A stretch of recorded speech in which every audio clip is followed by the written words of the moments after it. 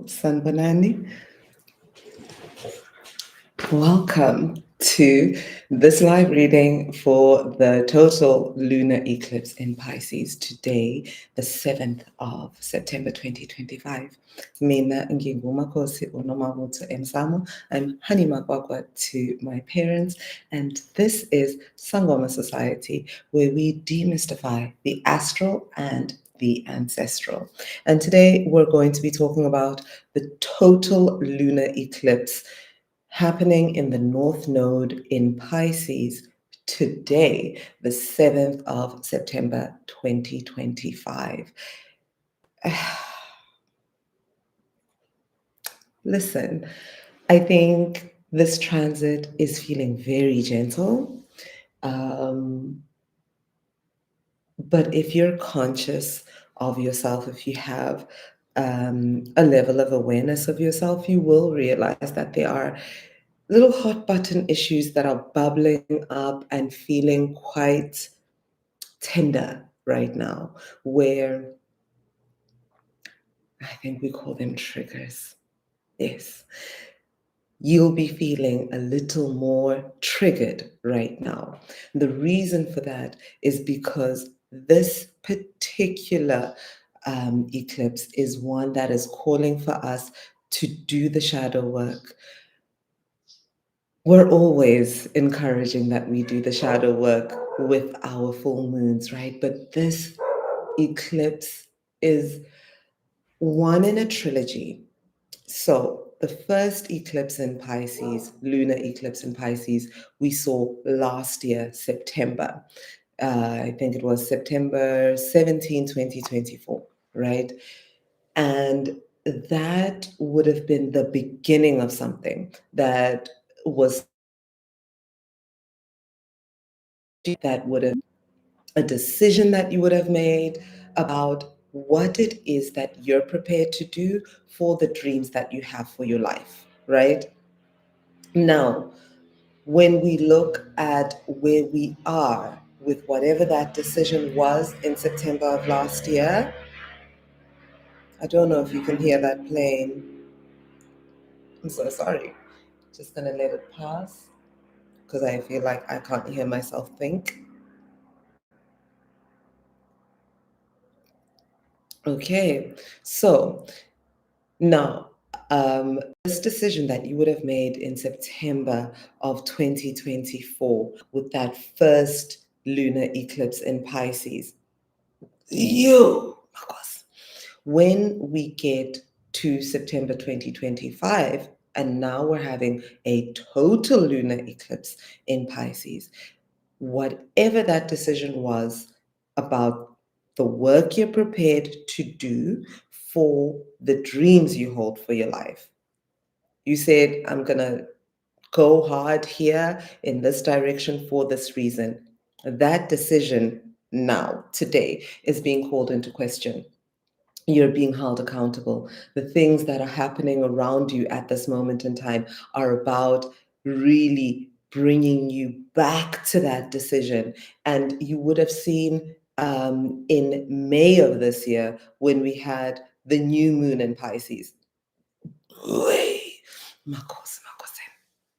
That those questions started to arise, right? You were put in a position where you had to answer to yourself and to answer to your life. And if you've been holding yourself accountable, today's going to feel like a breeze. Do you know? Today's going to feel really affirming, and it's going to move you forward, and you're going to be seeing a lot of the places where there are gaps if you've been doing the work, right? They are where there are gaps in the foundation for the life that you're trying to build is what is going to be visible to you today. But if you are a person who said, oh, yeah, this is what I want for my life in September last year, and then you just sat back and you've been waiting for it to happen, this, next 2 weeks, starting from today, may be a little bit uncomfortable for you, where you're going to be feeling it that where you've let yourself down. This should be a review season. And if you haven't done the foundation work, then what are you reviewing? You understand? Becomes difficult for you, becomes tough for you. And let me tell you, if you're not going to start doing the work right now, when we get to August of next year, the third eclipse in Pisces that we will have in this series of three, when all the foundation work that you're doing now, right? You're seeing the gaps in the foundation, right? You started in 2024. You've been working your way forward. In May, you saw whatever it was that forced some interrogation. You did the work over the course of the last 6 months as we guided you to do. And then today, you would be looking at you, Makhosi,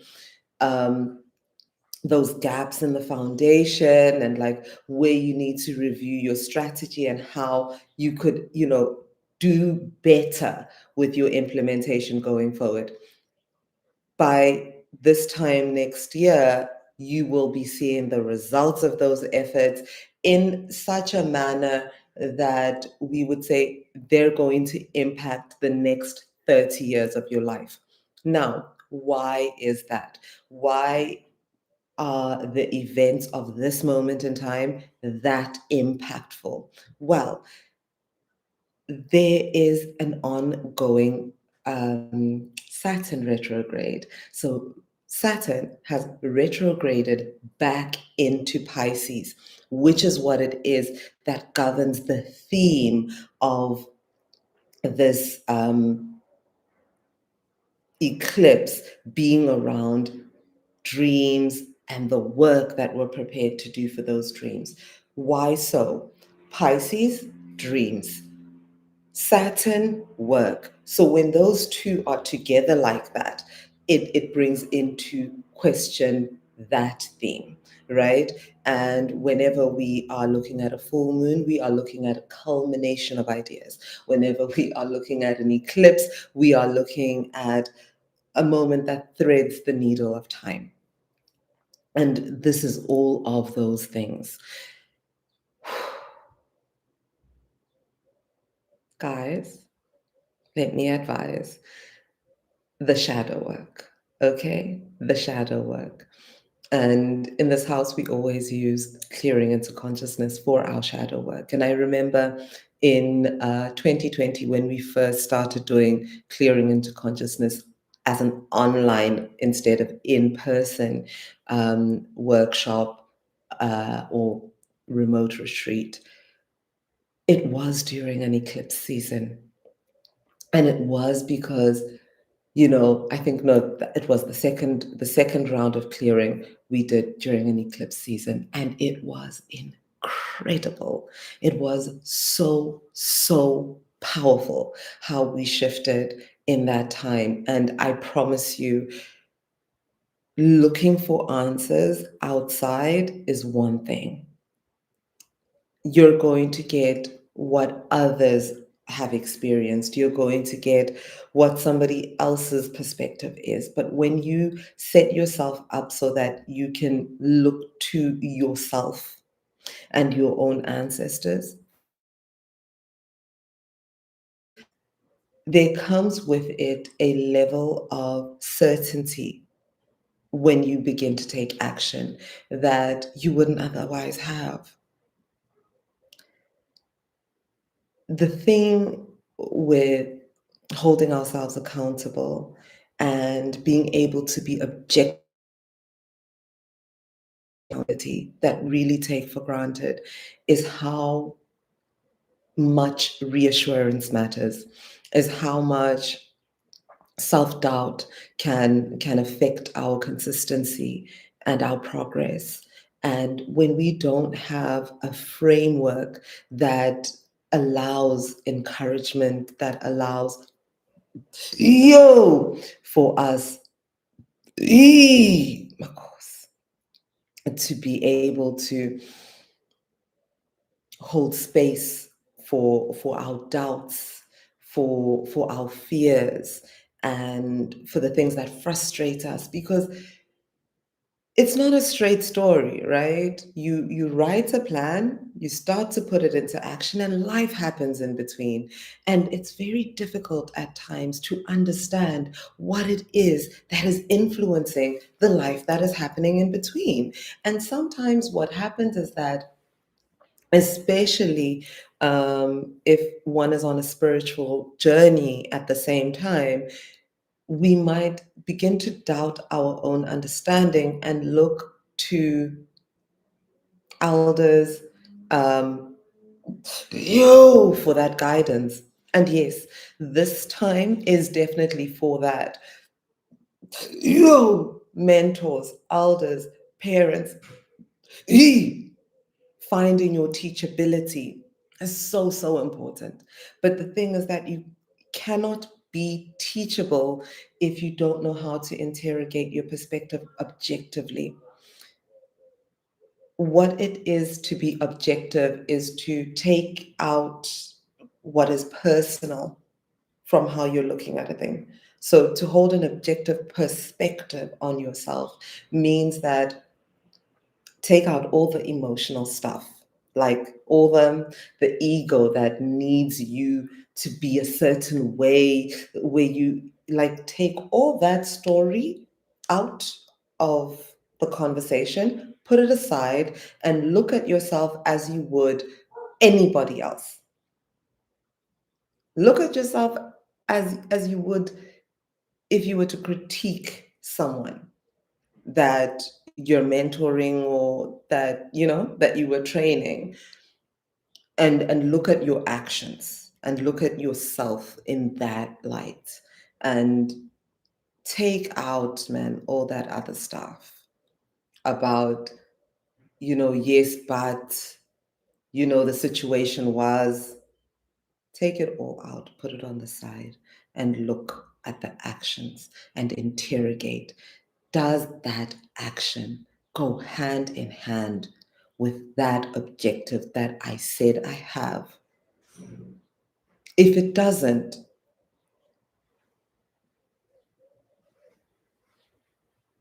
be honest with yourself. Be honest with yourself. But we struggle.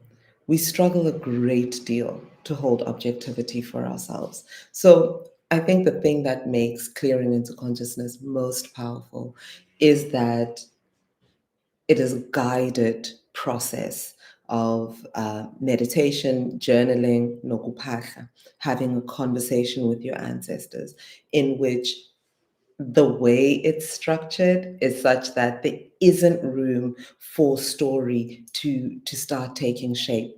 But I want you to remember that this is something you do over 3 days, right? So the first day might feel grand. Second day is when we lose the most people, because then it doesn't feel so grand. Then we've opened that portal and we really get into the details of it, and it can be really uncomfortable. It can be really uncomfortable to start to see things about yourself that you may not like, right? Because the problem is that we forget that we are the masters of our destiny. We forget that it is us who holds the reins in our lives. And when we say, look, I came up against a challenge like this, I came up the other circumstance, we forget that we ourselves have the capacity to navigate whatever reality we find ourselves in, and we can determine how we show up in those various scenarios through our own actions. Like, the action we take is determined by us, nobody else. And often what happens is that we start to see the patterns that we have, right? When we're doing the shadow work, what we do is we see the patterns that we as individuals have. So from day to day, that, oh, I'm replicating something perhaps that I've seen before, or I've done this before, but now I'm even more triggered by the realization of where that behavior stems from, right? And instead of seeing it through, some people fall off. And the thing is, when you've left yourself off at that point, it's just before the breakthrough, because the last day is all about bringing into perspective why it is, how it is, and being able to hold space for yourself with some compassion. We don't have a culture of holding ourselves in compassion, especially when it comes to things that we need to be disciplined about. And we think that shaming ourselves and punishing ourselves is what will create a more disciplined version of ourselves. But why? Why would your inner child respond to that? Why would your inner teen respond to that? Why would you respond to that? Why do we try to do things to make life harder, right? We need to interrogate the context that makes us think that that is what life is.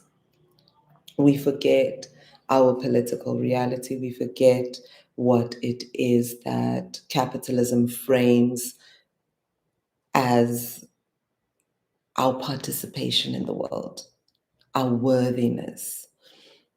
And we internalize these things.